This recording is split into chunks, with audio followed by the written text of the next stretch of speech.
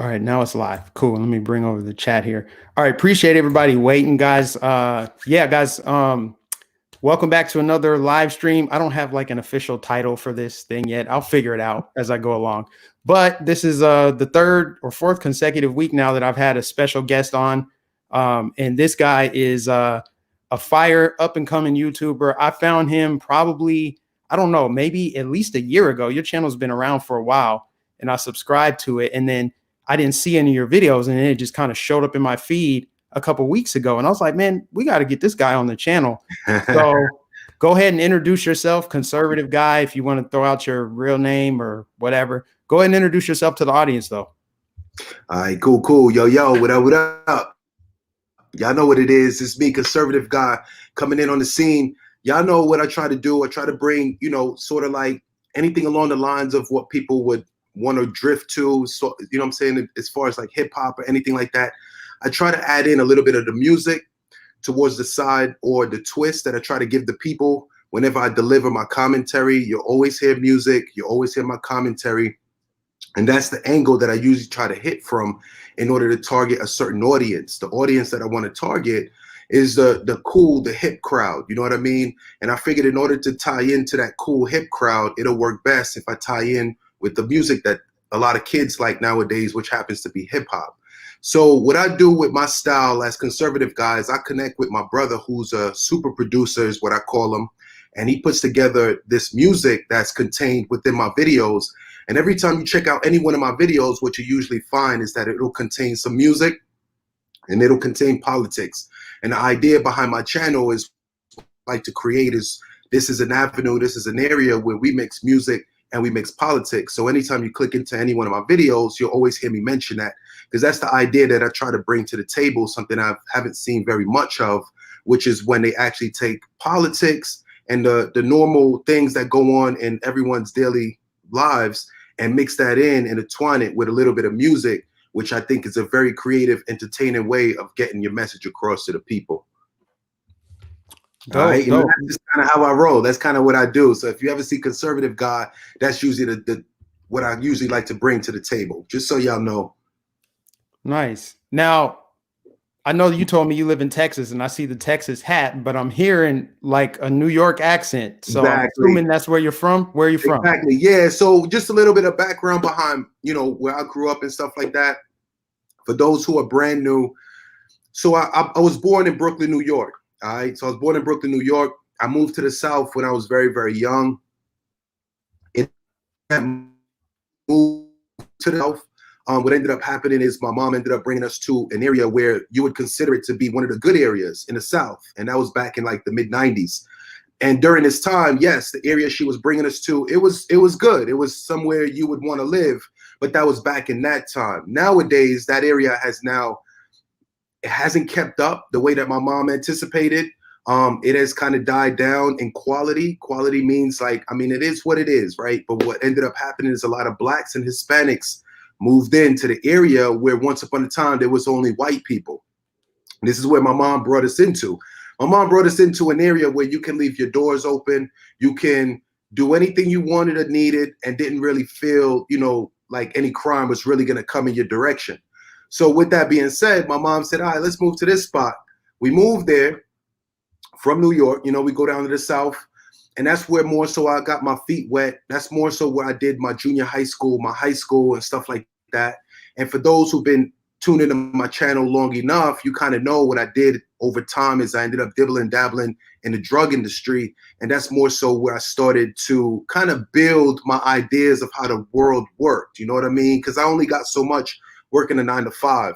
But I know once I dabbled in my little business that I created, it gave me an idea of capitalism, kind of how it works. How does your product work in hand with mine? Now, I know it's a little bit along the lines of illegal, but that was my taste, my ideas, being put on the table and seeing how the world actually works. So, yeah, I started out in New York, moved to the South. I actually moved to California. All right. So from Atlanta, I moved to California with hopes that I was going to a better place. This is before I got into politics. Being that it was just before I got into politics, moving to California, it wasn't a bad thing. I didn't acknowledge taxes. I didn't acknowledge the type of people that were there. I didn't acknowledge the policies, different things that they may have going on.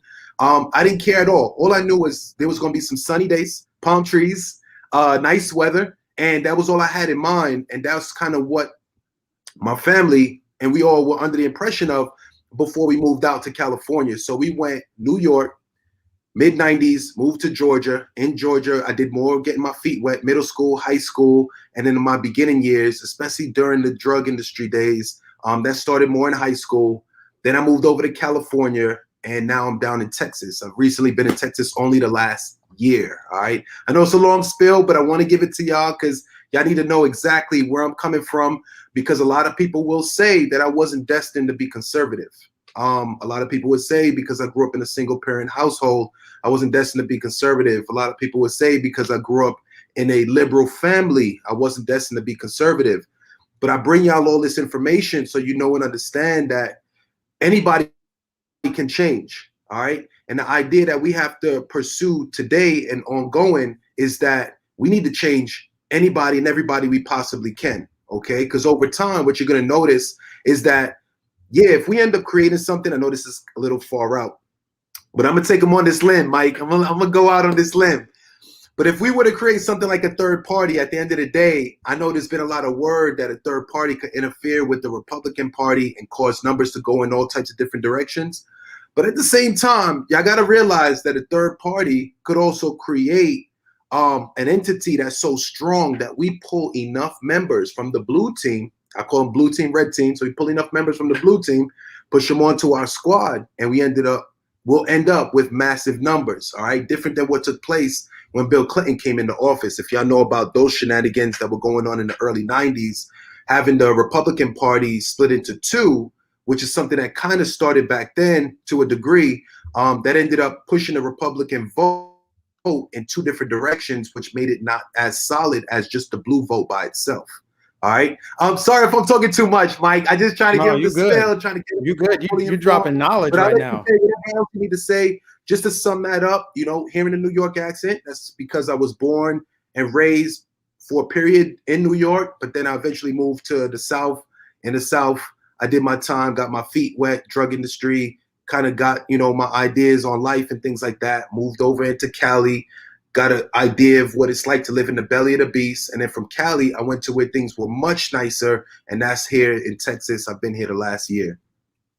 Yeah, dope. Yeah, no, you're dropping knowledge, man. I appreciate this, and the audience really appreciates it. They like to get to know people. Really quick before we continue, your connection was kind of cutting out a little bit. I don't know if you have, if it's possible, if you have an Ethernet plug-in, that would give you the best internet, or if your router there. I know, and you know what I've noticed, and I put this on one of my previous streams. If ever I work with StreamYard, I tend to have not a good of a connection in comparison to like Streamlabs. So I've run certain live streams on Streamlabs, and I usually successfully can make it out with maybe one or two little glitches. I know what you mean. It kind of gets a little choppy, and it's hard to even understand what I'm saying because the words get kind of I can't really describe what the word Buffer, is, but yeah, it's very hard, buffered. Yeah, it's hard to hear it. So if that be the case right now, this is something that I've dealt with, I mean, during my entire career on this platform, but it happens to be something that I noticed mainly with StreamYard. But when I work with Streamlabs, it doesn't necessarily go away entirely, but it definitely cleans up a lot more than what you might experience with the StreamYard platform. Okay, no worries. I mean, it sounds clear. It just was buffering just here and there. Yeah, it'll go in and out. You'll see maybe even when you go in. And what I thought was, and this is all knowledge that'll help everybody out there out. What I thought was very weird about it is I'll actually go in and you'll see the buffering on my end, but you won't get any buffering. It's almost like it's got to be something with the connection on my end, but I can't really control much because I'm in an apartment complex. So I can only get so far. I have my router, it's right next to me. I mean, I can almost reach out and touch it. So I was trying to cover up these little things before I got into, you know, doing my live streams and stuff like that, because this is a ongoing problem that I noticed from day one. And I've been trying to clean it up. And it's funny that you bring it to my attention now. I wish you know, in general, maybe StreamYard could get on top of it. But I don't know if it's an issue on their part or if it's an issue on the part on my actual end, which could be my internet connection. Because I know being in an apartment, it may not be the greatest with whatever, you know, stuff that they have set up. I'm on the 5th floor, so I don't know. I'm working with a lot of people, and it gets weird. Just so everybody knows, you know. Yeah, it's all good, man. It's all good. No, but I want to touch on what you just said, how you lived in New York, you lived in Georgia, you lived in California, and now you live in Texas. So you pretty much have a diverse experience. You've literally lived on the West Coast, the East Coast, and in the South. So you've got all these experiences, and those experiences brought you to where you are now, which is a conservative. And, you know, I have to push back on my audience, not everybody, but a few people in my audience. They're like, you know, you can't talk to liberals. They don't get it. They'll never figure it out. But it's like, then what are we doing this for if we can't actually reach people? Because a lot of people grow conservative over time, you know, especially like in the Black community. A lot of people, at least in my family, are conservative by nature, but it's never been really connected to politics or policy or how you're going to be governed until you grow up and you become a taxpayer, or if you happen to notice something and you start to pay attention to politics, then you become like a Republican or you vote Republican anyway. And I think that says a lot about where we can go as a country, right? If I didn't think I had the ability to change somebody's mind, I would probably stop making videos. That would defeat the purpose of me making videos if I was just going to preach into an echo chamber, right? Preach to the choir. So you living in both New York and California, you got to experience high taxes, ridiculous, especially in California. And now you live in Texas, a low tax state. Me, I lived in Colorado, which was a Republican state when I was growing up, but I didn't pay taxes there. Then I lived in Minnesota, and it was a lot harder to get by because the taxes were so high. And just the general like social climate up there, I wasn't really a fan of. But now I live in Florida. It's so laid back. It's relaxed. Yeah. We have the best governor in the nation, hands down.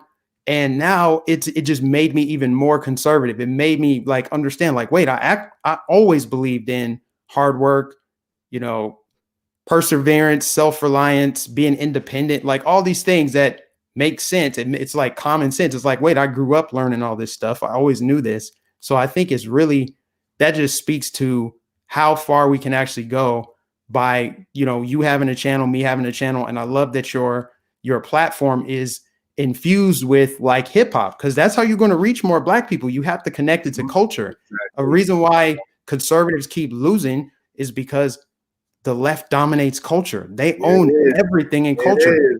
It's all left leaning. Yeah, man. That's been a long time argument now where we wonder every time we go to battle and we wonder, you know, how things turn out. We always think about how would it all play out if we worked with different ingredients to the recipe, which is just that itself. The Republicans have never really worked along those lines. All right. Conservatives in general have never really worked along the lines of hip hop. And we never really expect to bring people out and say, hey, vote for me because of X, Y, and Z rapper that I brought on the stage. We want them to vote for our policies. But what if we were to combine the fact that we have these great policies and we have these great artists that are willing to back us up? I think that'll get so much further than the way that the blue team moves, which is this real dummy mentality where I'm not going to stay fixed on the policies. I'm going to drive in directly on the person that's performing. And if you get the coolest person out, then I'm willing to go in that direction. And that's the thing to me. And to, you know, kind of go back in on what you said. It is different. You know, I must say, when I became a conservative, the world was different. All right, it's only been a couple years. All right, this is the biggest thing that I want people to know and understand. If you brand new in this game and you just came in like 2 weeks ago, you just recently been red pilled, you don't really know how things been playing out for the last year or two. Well, what's really been going on is there was a lot more information that you could uncover on things like Google.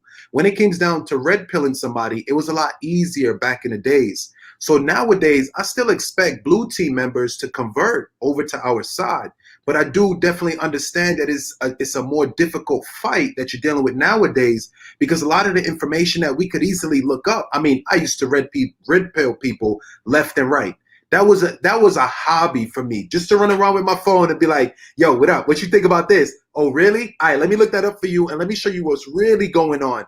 So I was quick to get into people's conversations, you know, and really intercept and bring in some real truth, some real knowledge. But nowadays, what the blue team has done, big tech, they say, hey, look, we notice y'all boys be going out and red pilling people left and right, left and right. Every time I turn around, somebody's red pill, right? So we're going to turn around and we're going to either make that information very hard to find, or we're going to make it so that it's impossible to find. And I've now come into many situations where I've tried to red pill people and I have them right along my side. And I'm like, hold up, let me look this up real fast for you. And I'll end up looking it up, and it's either really hard to get to or it's non-existent. This is making it very difficult to red pill people nowadays. I must say, you know, when you mentioned it, Mike, that, yeah, I went from state to state. Now, when I was in New York, I didn't know what was going on. When I was in Georgia, I didn't know what was going on. If you ever hear somebody talk to you and say, hey, look, when you get into this red pill, you know, conservative, knowing what the media is saying and thinking, when you get into that area, you're definitely on the outside looking in. All right. With that being said, when I was on the inside looking out, I didn't really see any of that stuff. So all your police shootings, this is between New York and Georgia and a little bit of California. So all your little police shootings, all your media controversy that they want to push and get it across and have it go in their favor, work in their direction, that's all of what I used to eat up. All the police cases that came in and stuff like that, I only seen it for what the way that the media was giving it to me.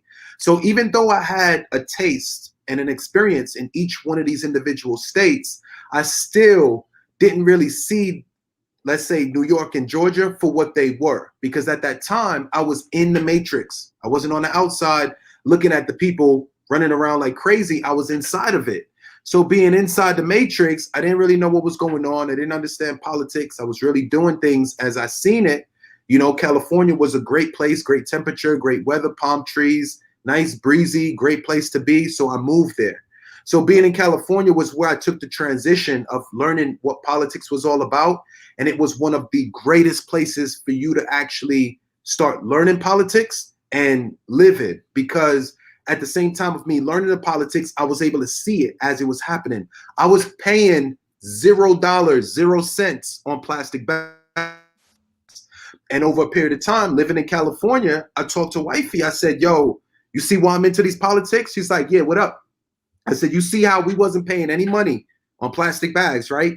Now we got to pay 10 cents. And I know you think 10 cents is a little bit, but that 10 cents is sprinkled in with a lot of other tax raises that have happened throughout California's system. And when you combine it all together, you start finding that, yo, I thought I was saving or just spending a little, but now it ends up equating to much more after you add it all up. You know, that's what it ended up being over time. So just to give y'all an idea, sorry to get off on my tangents, I like to talk a lot, but just to give you an idea that when I actually went from state to state to state, even though I now have a conservative state of mind, that's the train of thought that I usually ride along. When I was in Georgia and when I was in New York, because I wasn't red pilled, I didn't see the world the way that I see it now. I was a strict blue member, blue team, Democrat, and I didn't see anything that was conservative. I didn't understand taxes, jobs, how easy things are to buy houses and things like that, property, own businesses, and have them come in and invest as far as help goes, any type of aid. I didn't understand any of this. And that's part of why I even ended up in California, coming from New York to Georgia and then going to California. Most people would consider that a backwards move. Nobody goes from the red states to the blue states, especially if you're conservative. But I ended up quickly turning around from California and coming on into Texas because I did a very slight little bit of research and study about schools, taxes, education, things like that. And I knew where I needed to go instantly. Yeah. Yeah. And like, not to sound biased or anything, because I don't really like to do the left right thing, Democrat, Republican, that's one thing. But as it relates to being liberal or being conservative feels more natural. It feels more authentic. And like for people who are lifelong conservatives, they know this. Like they're very grounded in their beliefs. That doesn't change over time. It's very consistent. And people who have like the ideological migration from left to right, they become more conservative over time. That happens organically. It happens naturally. It happens as they see, for example, like a California, they start to see the erosion of their living situation with government overreach. When the government raises taxes on plastic bags, on gasoline, on, stupid regulations for your home. I know you need to like get the government's permission to retile your bathroom. And there's a lot of stupid things that you're like, man, I'm already being stretched thin with my income tax, my property tax, my gas tax. You start to see the deterioration. It's like the more you guys raise taxes, the harder it is on me. And the people who have less money than me, I see them living on the streets now. People start to see that and they start to connect it. And then when they flee places like California, if they're smart, if they actually learn from where they just left and understand why they left, they'll change. To go from California to Texas and then to vote blue doesn't make sense, because when you move to a place like Texas or Florida, you're like, wow, actually, this is much easier. It's cleaner. It's more livable. I can vibe with this. People tend to stay there. And when I say with consistency with conservatives, they tend to believe the same thing. It doesn't change. They literally kind of believe in the same, like let's conserve what we believe in. Like conservatives have always been against gay marriage, certain things, but on the left, liberals, it seems like it's constantly changing. It's just more like what's trendy, what's popular. Remember, for example, Obama ran on, he was against same-sex marriage when he ran, right? And he was against that all the way until like, I think his second term. And a lot of liberal beliefs in their worldview, I think is too easily molded and shaped by cultural phenomenons. I guess you could even call it that. They're always kind of shifting. And I think that's why more people end up becoming conservative. And right now with the censorship, big tech putting its thumb on the scale, that just shows you how powerful and potent the conservative message is. It's so potent that they have to censor it online. They have to take people off. They have to criticize it. I mean, conservatism is constantly under a microscope in this country. If you're a conservative, your beliefs and views are always under attack. But most conservatives can either win a debate or hold their own because the truth fears no scrutiny. And a lot of conservatives really just unapologetically tell the truth. And now that we're in this more of a digital world, we're increasingly more and more online, because especially with COVID, people aren't meeting offline. So it's actually harder to wake people up, red pill them, introduce them to new information because we're online. And a lot of these big tech platforms, I mean, to their credit, they did build a very solid and reliable infrastructure to where we trusted them to be non-biased, to just be neutral and just provide a forum for people to talk. But no, they had to become politically aligned.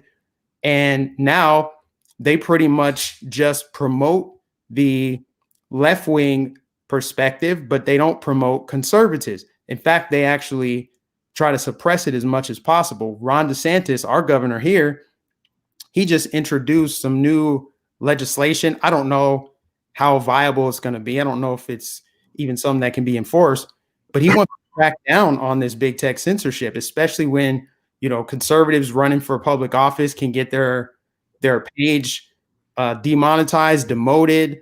They can do a lot of things to kind of, I guess, sway the outcome of an election. And it's a bridge too far, because that's the thing. A lot of these CEOs, they live in like an echo chamber bubble, like San Francisco. That's where all these big tech companies are headquartered. So they're living in this echo chamber, and they probably didn't know at the time when they started up these platforms that their forum was going to be used for, people to put their beliefs on there that don't align with theirs. And then when they see how popular it is, and then they see someone like Trump get elected, they're like, oh no, we can't have this. On top of that, they get pressure from Democrat politicians to regulate and crack down on who gets to talk online. We're only going to see more of it, but it's just because conservatism is actually popular. Conservatism is actually what most people would gravitate towards if they knew what it really was. That's why they have to constantly demonize us. That's why they have to constantly belittle us. That's why they have Hollywood entertainers, people lecture us and talk down to us. They have to actually dehumanize us so they can keep the handful of people brainwashed into believing that their ideas are the best and their idea of how the world should be is actually good, when in reality, every example you can name, at least in the United States, is bad. It's not hard to see why socialism sucks. All you got to do is look at California. Do you think California would be better off right now with more or less government? I mean, it's not hard to notice it, but they know that the more people do notice it, the more likely the conservative movement will grow, and eventually the balance of power will shift back in our favor. I agree 100%. And to just kind of jump right in, piggyback right on top of what off of you were mentioning, the one thing I must say, and this is something that I've learned only living in California gave this experience to me.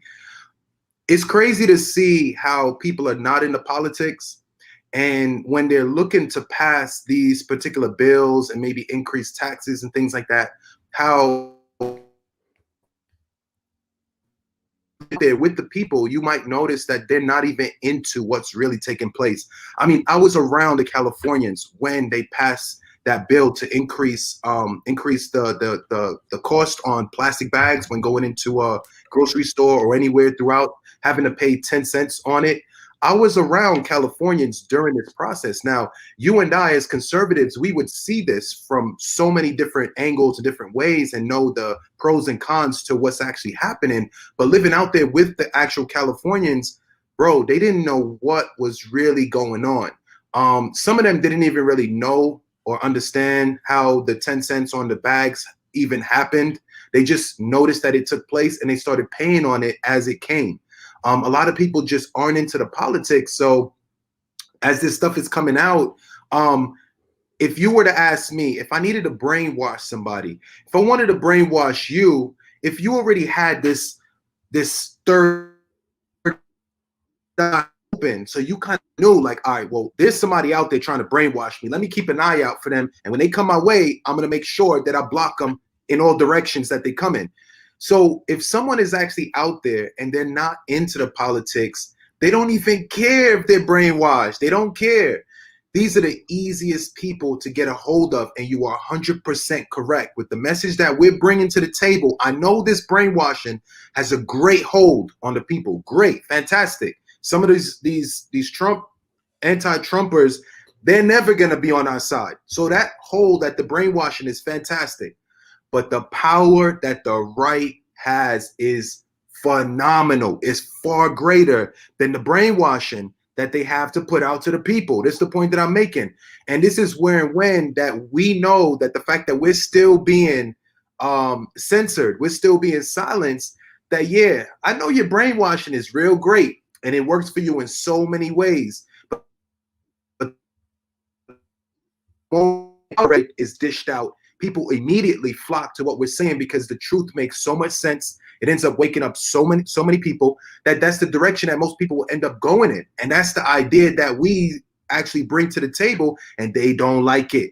They don't like it at all. The fact that we can actually come in and put an interference, create an interference to their little brainwashing techniques that they push out every day. Because you got to admit, the blue team's brainwashing is kind of weak. Why do I say that? Because they got to do it every day, bro. Every day they got to run those CNN reports. Every day they got to pump out that negative rhetoric that they push out to convince the people that the moment you start thinking on your own, no, we got more rhetoric for you to feed into, for you to now be, fully brainwashed and have you go in the right direction that they want you to go in. Now, when you red pill me, I'm going to tell you right now, bro, you could give me, I'm red pilled right now. You could give me all the CNN you want, this, that, and third. You can give me CNN to the end of the year right now and never give me any Magnificent videos. Don't give me no videos to wake me up or anything like that. And I will still be on my same train of thought at the very end of that road, because the way that I think right now cannot be interfered with the BS that they have going on in the media. That's the point that I believe you're trying to make, the point that I tried to make for so long, and the point that conservatives make in general, is this message that we have. The reason why they want to silence us, they want to censor us. They got Trump already out of office. They still bothering him, bro. They still bothering him. So the fact that they go so hard to get us censored and silenced, you got to realize and understand that the message that we have is not even what's contained in the message, it's what's contained in our minds. Because that's why you keep seeing that they're trying to send us to these weird schools to get our minds reprogrammed. Like, what is that, bro? They're trying to get us reprogrammed because the brainwashing system that they use, so it has to be done on a daily basis. But ours, once you're woken up, done deal, you're woken up. You don't really have to think twice about real and fake information. You just got to see through the BS and you'll be good to go. You know what I mean? So to your point, the fact that they're trying to silence us and come down on us the way that they are, it's got to be the realness that we have, the energy, the knowledge, everything that we have that we could bring to the table is all of what's going to change these people from voting in their direction to now voting in our direction, and they're scared of that. So to back up what you're saying, yup, 100%, I'm right behind you. They're very scared of that, and that's what we're going to see more of is red team changing this blue team, because that's the idea at the end of the day, if you ask me. Yes, sir. Let me give a shout out to this super chat real quick. E. Jackson. E. Jackson says, 2 free thinkers.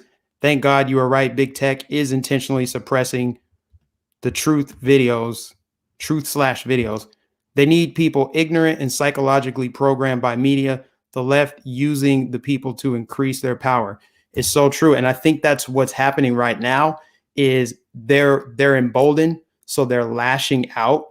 Because take Trump, for example.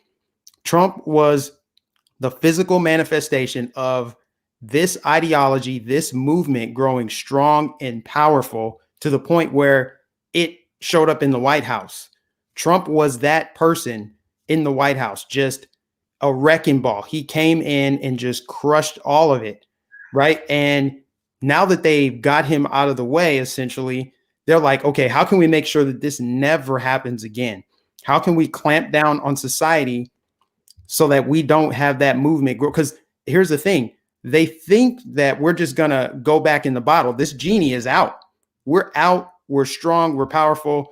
We're going to Mar-a-Lago on President's Day because it's a gesture. It's something to say like, hey, look, we're still here. You didn't win anything. You're not going to win over hearts and minds. You're actually getting more people on our side. We're going to get more people to see what's happening with Biden under the spotlight now. You can censor us all you want. We'll just meet in person. We'll still wave Trump flags. We'll wave American flags. It's an act of rebellion. And the more people who wake up, like you said, once you see it, you can't unsee it. Once you're grounded in reality, that's it. And they know that. They know that, which is why they have to use repetition. They have to continue trafficking in lies and hate and fear and keep people dumbed down, divorced from reality, just kind of circulating in a matrix. And they use all of their tools, which are pretty powerful. Big tech, big media, all the big corporations. They can influence people with athletes and stuff. We'll see propaganda all over the Super Bowl this weekend. You'll see all of that stuff because it keeps people where they are. They know that if anybody breaks free from that, especially if it's a cultural person like a Kanye West, a cultural icon, look how they treated him when he dared to meet with Trump, when he talked about being a free thinker, when he was talking about Margaret Sanger and Planned Parenthood. Oh my gosh, they lost it. They can't stand it. They hate it. And of course, they hate a black person that doesn't toe the line and subscribe to their little victimhood narrative. They hate it. And we're waking more people up. I always tell my family all the time when they're like, Mike, why do you spend so much time? You're always on YouTube. You're just so focused on politics. I'm like, you may not be interested in politics, but politics is interested in you. And you'll see that. You're going to see that at the gas pump this year. You're going to see that the person that you voted for, that you put in the White House because Orange Man was so bad, is going to raise your taxes. He's putting black people out of work. We saw that viral video where the dude worked on the Keystone Pipeline. He made a video. He's like, man, I just bought a car and I had to choose between paying my car note or rent or something like that. I'm gonna have to sell my car. I don't know where my next meal is coming from. I was relying on this job. I have a family. And he broke down in the video, black dude, but of course the left will write that off. They're like, whatever. But this dude voted for Biden. He thought he was doing the right thing. See, he's more likely now to pay better attention to politics than he ever did in his life. And, in a perfect world, if Trump runs again in 2024 or someone like Trump, somebody that represents our values, somebody that's America first, somebody that's not going to be bought off by all the special interest groups or whatever, he's more likely to vote for that person. And so are many other people, many people who leave California, New York, Chicago, all these people that are, especially after COVID, after they see how tyrannical some of these leaders are, how they were, Lightfoot and Gretchen Whitmer and the rest. It's all one thing that just continues to grow and grow and grow. So I just think it's just a powerful thing. But let's switch gears a little bit. I want to talk about Biden himself now. Let's talk about his little administration. So Biden has assembled the wokest administration in history, right? And he wants it to be that way. Like that's his claim to fame right now, right? We all know he chose Kamala Harris for 2 reasons, because the way she was born, her gender, and her skin color. That's it. That is why she is vice president, for those 2 reasons and those 2 reasons only. Then he gets this his health director. I don't even know his title. It's true. He's a transgendered individual, whatever. That's who he chose to be the health director or the head of the HHS, whatever that job title is, for no other reason than for who he thinks he is. Then he just chose Pete Buttigieg to be the Secretary of Transportation. We all know why. Because of who he sleeps with. Identity politics is the name of the game. It's the biggest turnoff. It's like, hey, we're going to give you this job because of the way you were born, not because of your skills, not because of your passion or your qualifications. We're going to give it to you because you are a black woman. And that's not even it. It's not even just the identity politics. It's the intersectionality.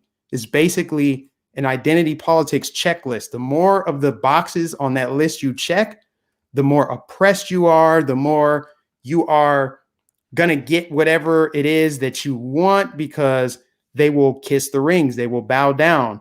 You can do no wrong. You're above reproach. Like Ilhan Omar is the most untouchable politician on the planet.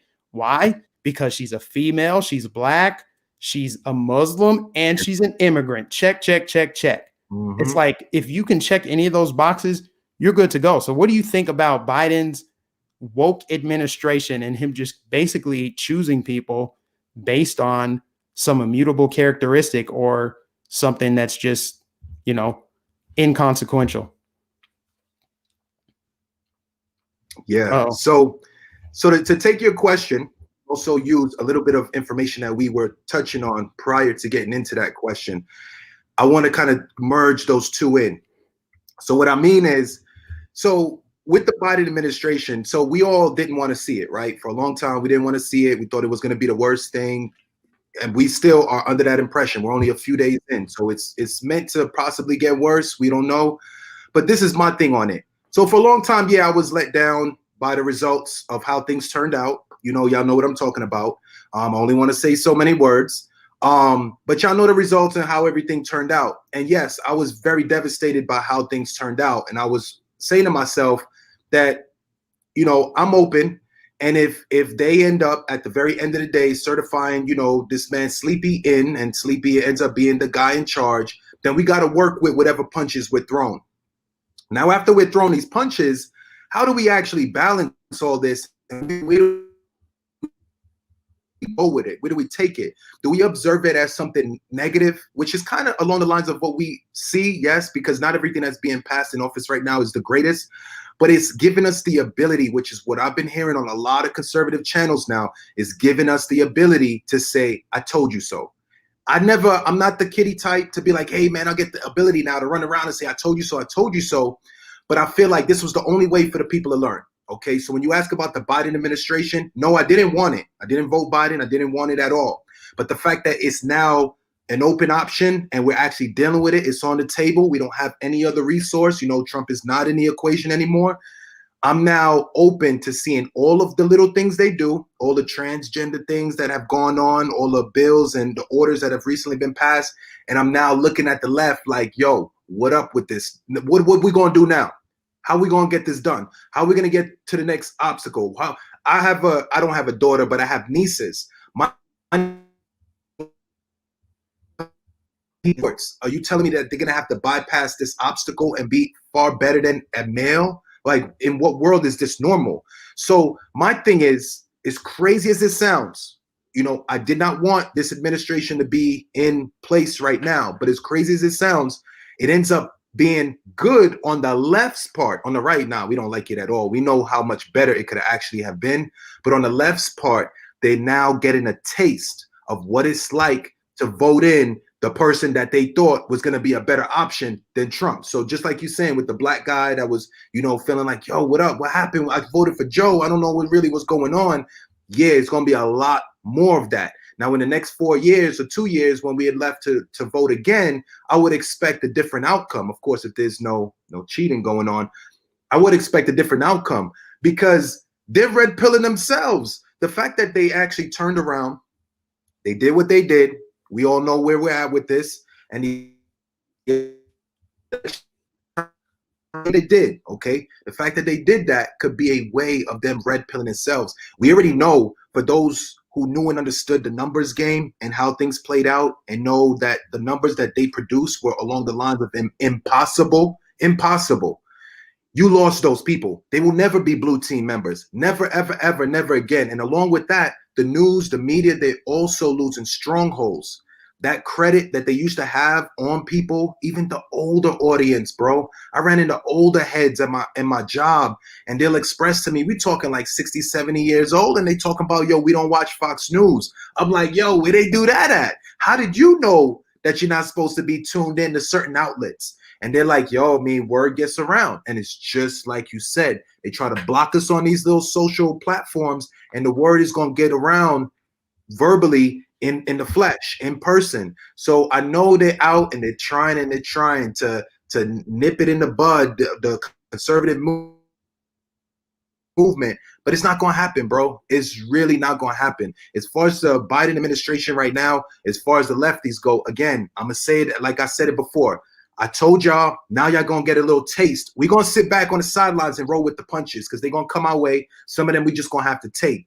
But for the most part, the left didn't think they were going to get involved in any type of fight. All right, they didn't think they were going to be dodging punches. They thought it was going to be peaches and cream. No more racism. No more police brutality. They thought it was all going in the right direction. And now they're seeing it's all starting to happen. And we get to sit back, fold our arms, put our feet up, whatever we want to do, and chill, relax on the back burner, and just wait around to see what they really have to say. Now, the point that I was making before I started this is I do need y'all to understand that as much as we want all this information to smack people in the face, I described to y'all living in California as these bills were being passed, the ones such as the bag tax. And if people aren't into politics,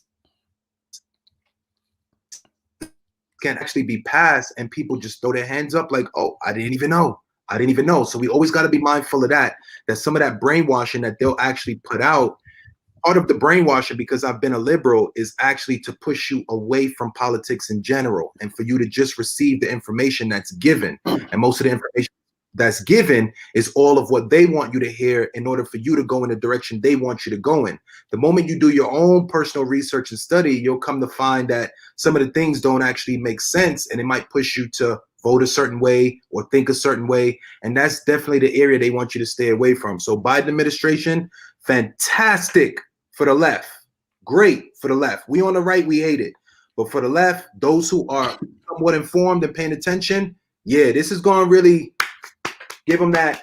You see what's going on? Kind of smack them around a little bit and then see where we go after 2 and in the next 4 years. And if they still on the same train of thought, bro, that's when we got problems. I need to go somewhere. You know what I'm saying? Because even when even when we got the information waved right in front of your face, if you're not willing to hear it out, and actually, go in that same direction, then I can't help you. And I've seen those. I even got them in the family. They're never Trumpers. That's what they call. Yeah. Some people said they're not getting audio. Just a handful of people. I don't know. Put a 1 in the chat if you can hear us. Somebody said audio is glitching. Yeah, yours is glitching a little bit, but I mean, Yours, what you probably yours mine is glitches. glitching. Yeah, you won't know because you're on live. This is something I've dealt with StreamYard. You don't know you're on live, so everything is running smooth. But even me, I'm actually checking you out on my end. Yeah, you glitch and you pause. So I'll see you pausing, and I'll lose like a word or two, and I kind of have to connect the context and kind of things. Dang, I'm gonna have to email them because I have a contact with StreamYard. I really like StreamYard, but that's something they need to improve on because I have a strong like my router's right here, and I'm plugged into the Ethernet, so I don't. Yeah, it's doing it now. It just did it right now. Yeah, so you just as you carried that sentence out, I missed like 1 or 2 words. It could have even been like a half a word. Oh, okay. But that's something that I noticed on StreamYard in the last 4 months. I've been using StreamYard, and I've noticed that that's an ongoing issue, but I've not faced the same issue as much.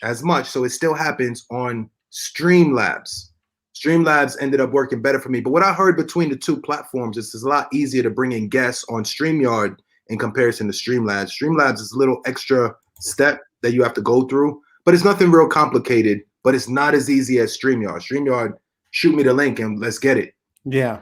Yeah, I'll have to look into that. Yeah, but what were we talking about? We're talking about this Biden administration. Asking me how I felt about it coming in. I expressed that the left give more of it pilate actually end up being somewhat red-pilled and open to information. Give them enough so they just ask why. Why is this happening? So we can start filling them in with what's really going on. That's kind of more so where we left off. Okay. Yeah, and I agree. I think that right now is a tremendous opportunity. And this is what I said shortly after I think after the 20th. So a couple weeks ago, I said, this is a blessing in disguise. We have to move forward. We can't just wallow in the pit of despair. We can't just feel sorry for ourselves. We got to pick ourselves up and keep moving. And I think this is an opportunity right now to win people over if we play our cards right.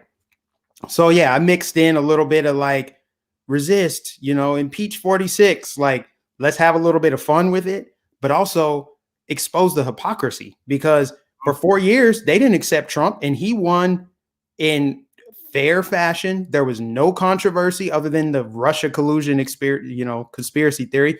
Trump won the Electoral College. There was no glitchiness or shadiness with votes, and they still didn't accept him. So now with all of this, people on camera, I can't really go into it because we just kind of need to move on from the talking about it because they'll take my channel down. But you know what I'm talking about with this past election, all the evidence and stuff. So yeah, go ahead, say impeach 46 and resist and all this stuff because you're just showing them how hypocritical they are because they're like, y'all need to get over it. Like when I go do these flag waves, they're like, y'all need to go home, get over it. He lost because they don't want us standing out there. They want us to basically fall back in line.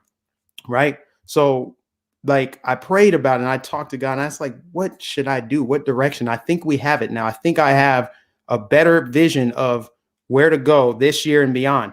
It's just going to be continuing to gather as if he was in the White House, continue with the enthusiasm, continue the support, let them know that we're still here because it was never about Trump.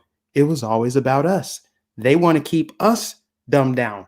That's what it was about. Trump was just the guy that went into the White House and he started taking arrows for us. But he even said himself, he said, they don't hate me. They hate you. I'm just the guy in their way. He's correct on that. And now they're basically trying to make an example out of everybody who supported him, the big high profile names that got him elected. They want to basically say, don't you guys ever step out of line again. And for the people on the left, you're exactly right. You hit it out of the park on this one. They want people less involved in politics, right? If Hillary would have won, there's no guarantee that I would have eventually woken up. There's no guarantee that I would move to Florida. I would have been lulled back to sleep just like everybody else.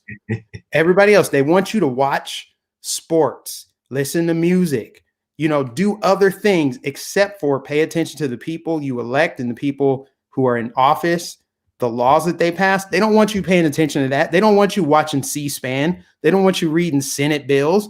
They don't want you knowing anything that they're doing. That way they can continue what they're doing.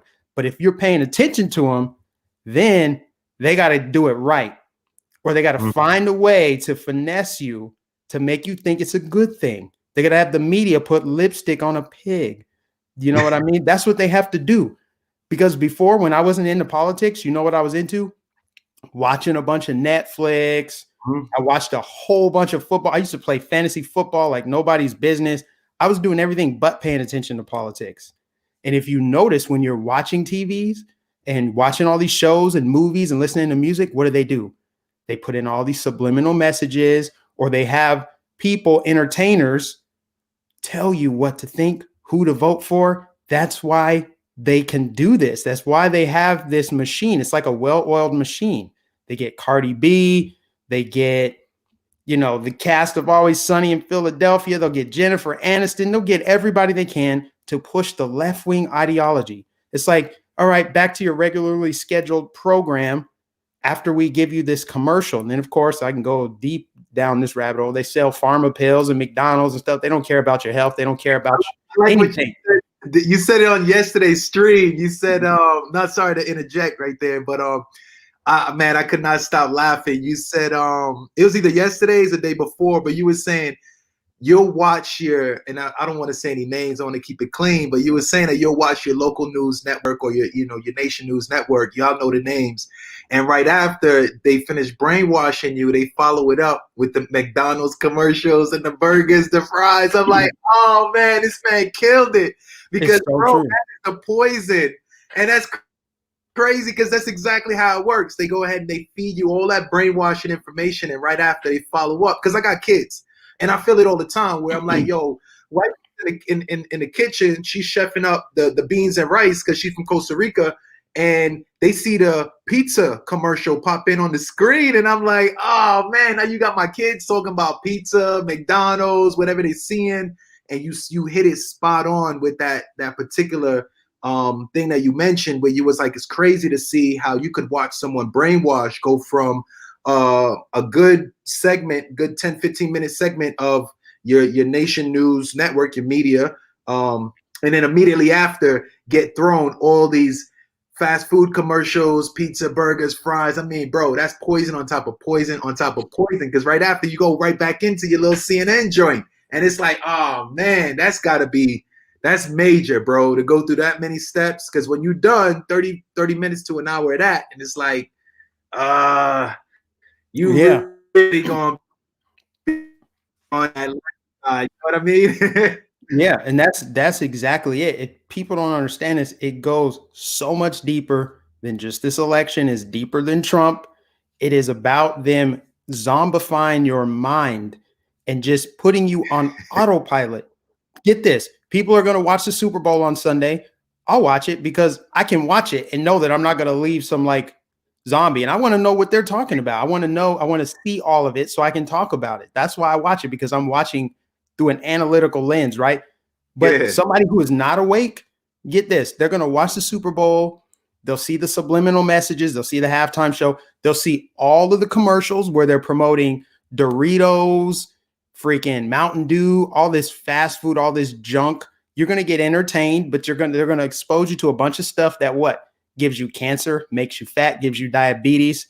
And then after the Super Bowl is over, you're going to get the nightly news. The nightly news is going to pump fear, anger, division, lies, and brainwash you right before you go to bed. And then they'll talk about, Joe Biden this and that, Trump is doing this and that. They're going to put fear in your brain, weaken your immune system. And then when you get fat, when you have a health issue, they're going to throw a bunch of pharma pills at you when you go to your doctor. They just want to keep you in a certain state of existence. And it's people like us that can get people out of that. We can get people out of that. Just expose them to that. I've done this with my family because I feel like that's, that's my sphere of influence. And I've awakened them to so many different things as far as how the news, they lie, how the news, they're very repetitious. They get their talking points. They say the same thing. They pump the same messages. They want to divide people. That's the only way they can truly conquer us, is if they divide us. That's why they want to push fear and hate. They want Black people to fear what happened at the Capitol. They want them to think is a bunch of white supremacists that want slavery. The Proud Boys are a bunch of white supremacists. It's KKK everywhere. Trump's America, Charlottesville. They want Black people to be afraid. They want Black people to think that there's a bunch of racist white Klan members on horseback that are going to burn crosses in their front yard. That's the kind of picture they want to paint, so that Black people will then turn around and vote for a savior, right? The savior is going to be Democrats. The Democrats, if they just have all the power, they can fix the problems. They can fix what ails me. Well, now they have all the power. So let Democrats do everything they want. Let them do all of it. I hope Democrats successfully pass all of the things that they want. So then everybody who voted for them and wanted them to fix what ails them, then they can see nothing changed. So you mean to tell me all your guys got power, they passed all their legislation and nothing changed? Okay, so now what? Maybe, just maybe, we shouldn't be trusting anybody in government, which is my stance. And that's kind of a blessing in disguise for even Trump supporters, that we shouldn't be trusting anybody in government. I mean, Trump is like the closest to somebody I've trusted in the White House. I like Rand Paul. I like Ron DeSantis. But at the end of the day, they're politicians. Their job is to stay out of my way, keep my taxes low, preserve every word in the Constitution. And that's it. That's it. Leave me alone. Let me live my best life. That's all you need to do. Right? That's what most people, I think, would want at the end of the day. But if they're trapped in the matrix, like I said, eating Doritos and watching hip hop videos and, getting their political beliefs from Instagram, and that's a lot of people. If they ever break free from that, game over. So we're just going to continue hammering this, going all the way into 2021 and beyond, because I think right now we have an opportunity to wake up way more people than ever before. Because what happened was, and then I'll let you go because I can go on a tangent too. When Trump got elected, right? They're like, oh, no, all hands on deck. We got to wake up everybody. So everybody, even on the left, began to pay attention to politics like never before. Even if you hated Trump, your attention was on politics for 4 years. But now that Biden is in there, they want to lull people back to sleep, which is why they're trying to sweep all these things under the rug. They want to sweep any of Hunter Biden stuff. They want to sweep it under the rug. They want you to go back to sleep. No, go over there. We're going to open up the economy again. Now you can go to concerts and they're going to slowly do that. But conservatives are still going to watch, and we're going to continue red pilling people, waking people up. And then boom, the cycle will repeat. I think it will. But the thing is, we got to stop the cycle. We just got to get these tyrants out of here. We got to vote them out. We got to expose them. I mean, we need obviously accountability. That's going to be hard. That feels like wishful thinking to get accountability. Supposedly we had Bill Barr. He didn't do anything. You know what I mean? Like, there's a lot of work that needs to be done, but I feel like it's very tangible right now to continue pushing out this information in spite of the censorship, staying on these social media platforms and just rolling with it. You're 100% right. 100% right, man. The one thing I say, as you were carrying on your points, the one thing I say that I've noticed is part of what the left wants is for the conservatives to fight. And what I notice is happening since the election finish. I know you have certain individuals, organizations, whoever they might be called. I don't even want to say any names, but y'all could kind of get an idea of what I'm talking about. Certain people have been said to be delivering the right messages, but they ended up not being all the way in. It's a letter in the alphabet. Y'all know I try and be clean as possible on different people's channels, but y'all know the people that I'm talking about. So they were supposedly on our side, but at the end of the day, they ended up not being on our side. You know what I mean? Notice is happening nowadays is the fact that conservatives have, if you ask me, I think conservatives, between all of them, we're now at war with each other more than ever before. I don't know if anybody noticed that. There's a lot of conservative beef, left and right, and it doesn't even necessarily involve the left. Some of it is just all in the right wing. Now, we got to be mindful that this is where they wanted us to be. They knew that they couldn't break us up because we were too deep. When you roll in 70 million deep, that's so deep that they're like, look, we can't even interfere a team or group that big. We just need to throw interference in the system, and hopefully that'll just break them up. And that's more along the lines of what I've noticed, especially after the election took off. A lot of conservatives ended up kind of butting heads on so many different platforms, I would say, but subjects is more of what I want to drive at. The subjects that we used to, or once upon a time agreed on, I've seen and now been,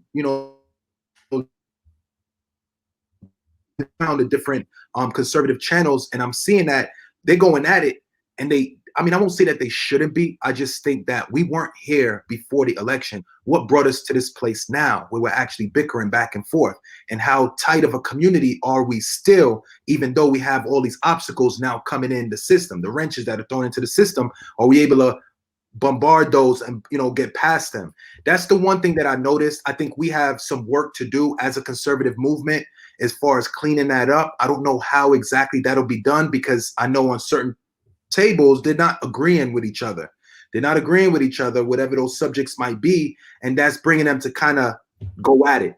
Now, what I do notice is that's work of the left. All right, when they see us going back and forth and not able to come to some kind of an agreement, I think we should always get to some agreement. Like, all right, this is the lines that you want to think along. This is the lines that I'm gonna think along. We should agree to disagree.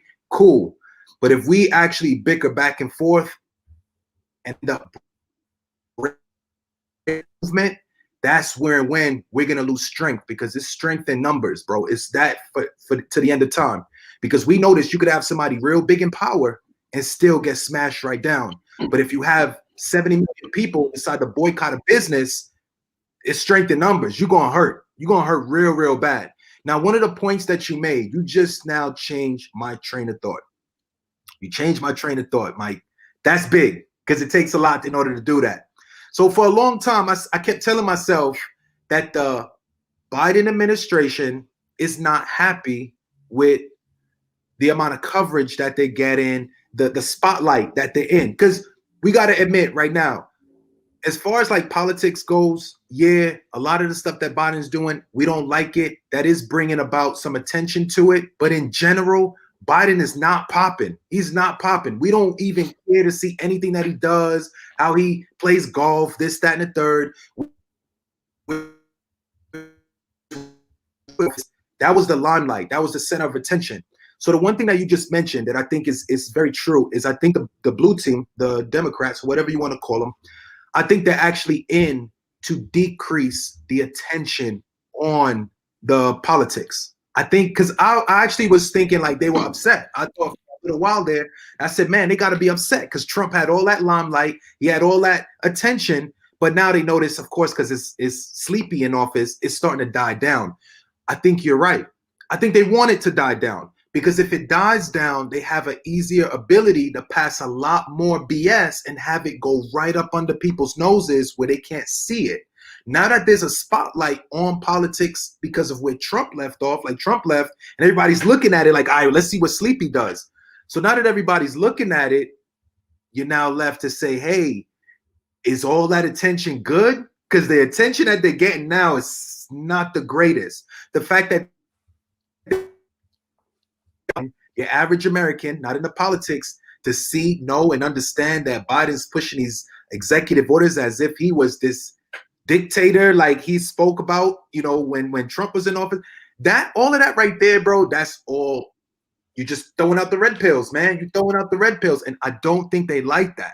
So I would change my understanding and belief system and push it into the direction of, I think they want the politics to now go up under that rug. I think they want the limelight that Trump put on it to be taken off. That is the only way they're going to have the ability to pass a lot more BS and have it go right up under people's noses without them actually noticing, until they pull up to the venue like, yeah, I'm out here attending my daughter's track meet, and like, oh snap, who's that in the track? Who? oh, is that a dude? Like that's when they're gonna wake up. Whereas you and I, we're seeing it from the jump. Like, whoa, whoa, whoa, this is something we definitely need to put.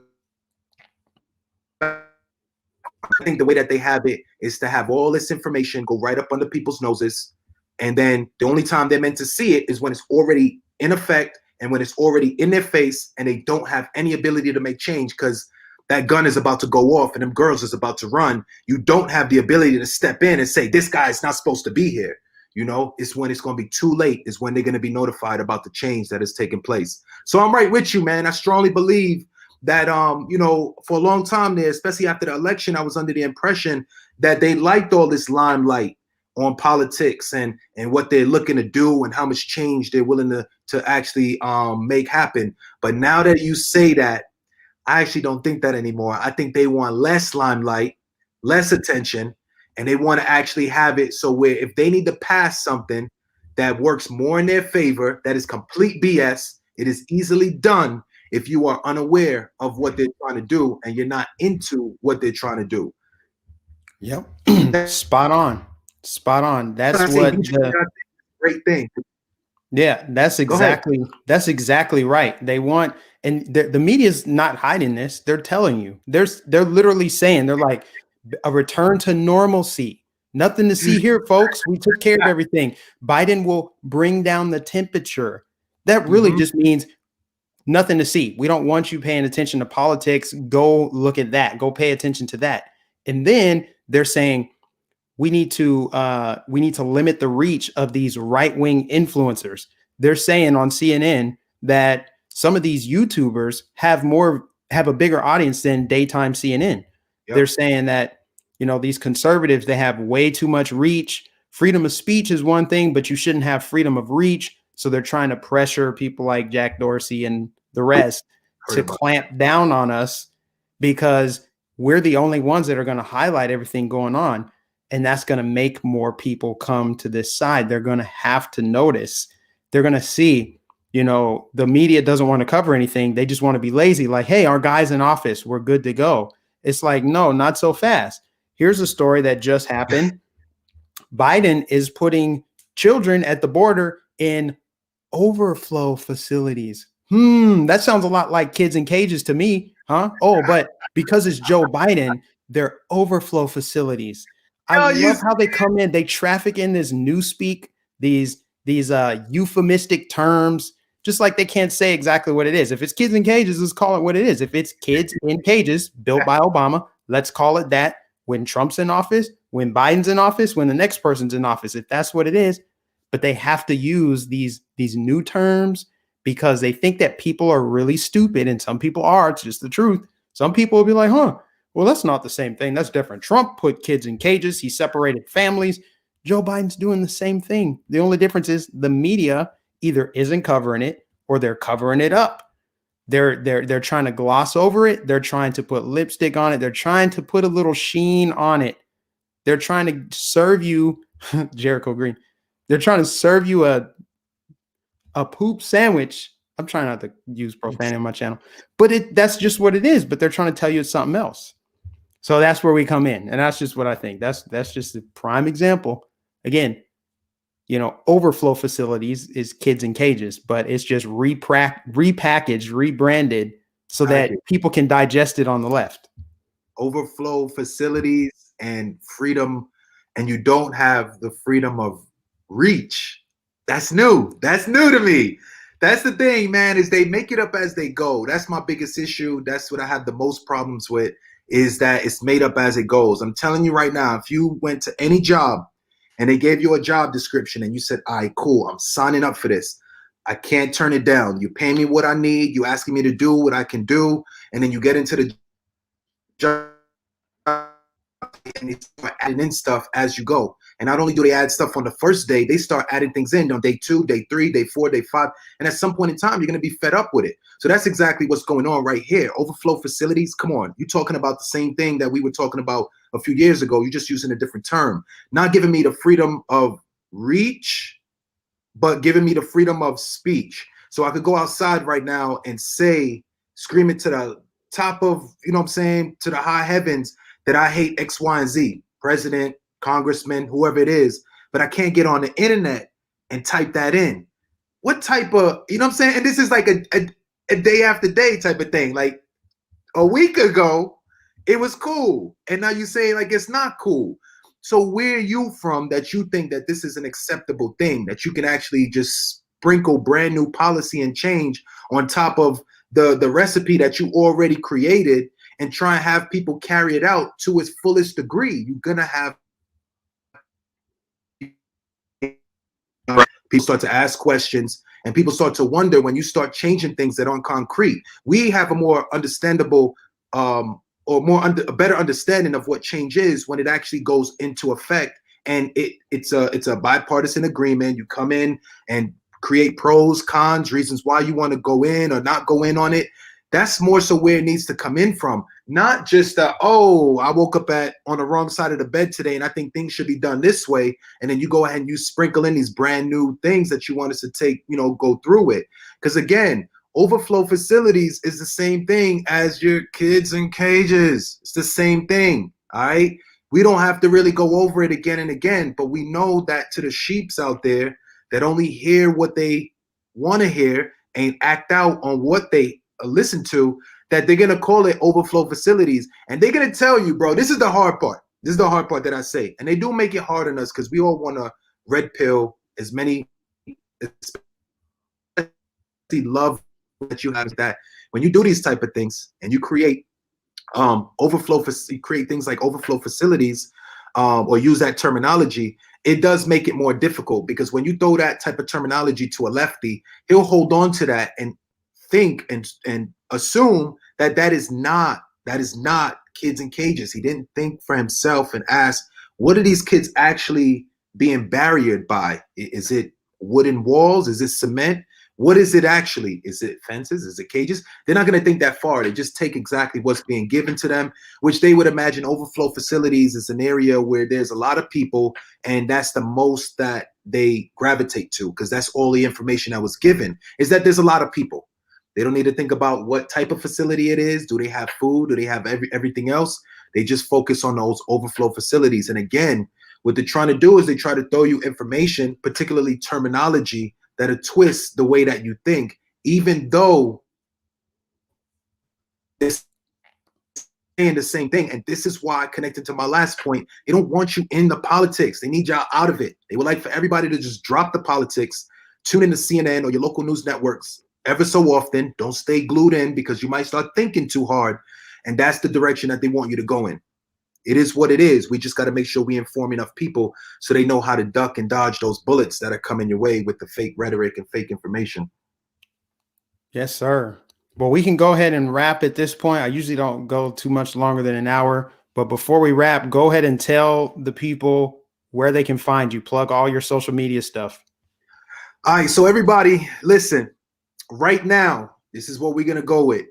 The YouTube is wide open, Instagram, all of that's on the table, but I'm definitely looking to open up more avenues as far as being able to get a hold of me, contact information, platforms, and things like that. What I'm looking at in the near future is possibly Rumble.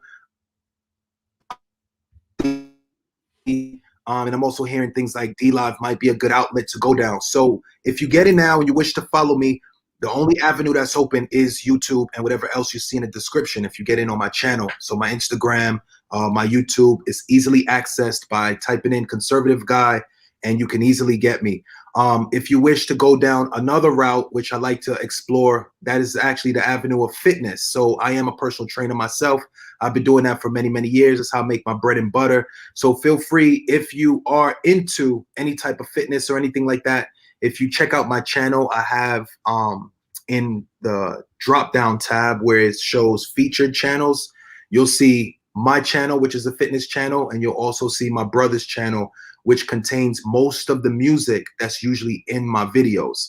So Conservative Guy on YouTube, Conservative Guy on Instagram, Conservative Guy Fitness, if you want to check out my fitness channel, on YouTube, and Conservative Guy Fitness on Instagram. Y'all please come in, subscribe, like, share, comment, all that good stuff.